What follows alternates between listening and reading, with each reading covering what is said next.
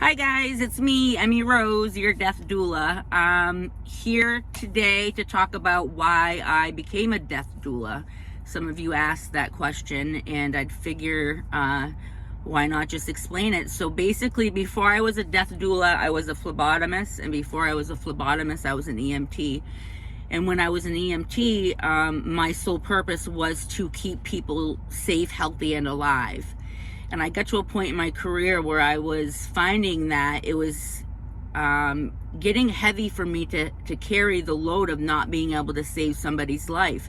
I dealt with a lot of tragic deaths, a lot of overdoses, construction site accidents, incidents where death was, there was no way around it. No matter what I did as an EMT, I was not going to be able to bring these people back to life.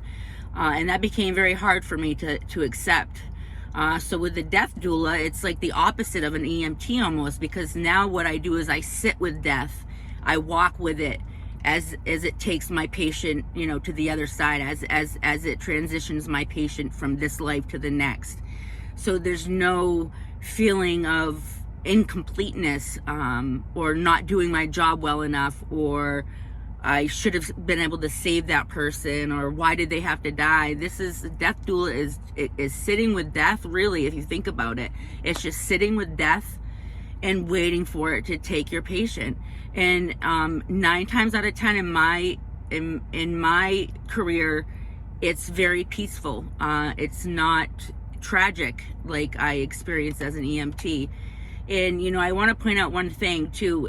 Before I ever became interested in the medical field or the life and death, I have had a few experiences with death myself. One instance I remember, and this may sound cliche, and a lot of you may not believe me, that's okay, but I know my truth. When I died this one time, I remember seeing that light that you hear people talk about, and I remember the peacefulness it made me feel.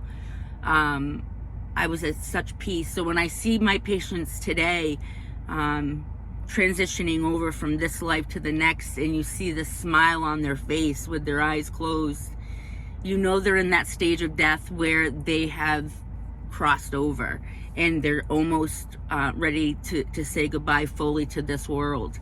It's just a great inspiring sight to see, to be honest with you. But keep up with your questions. I love answering them. All right, I love you all. Bye.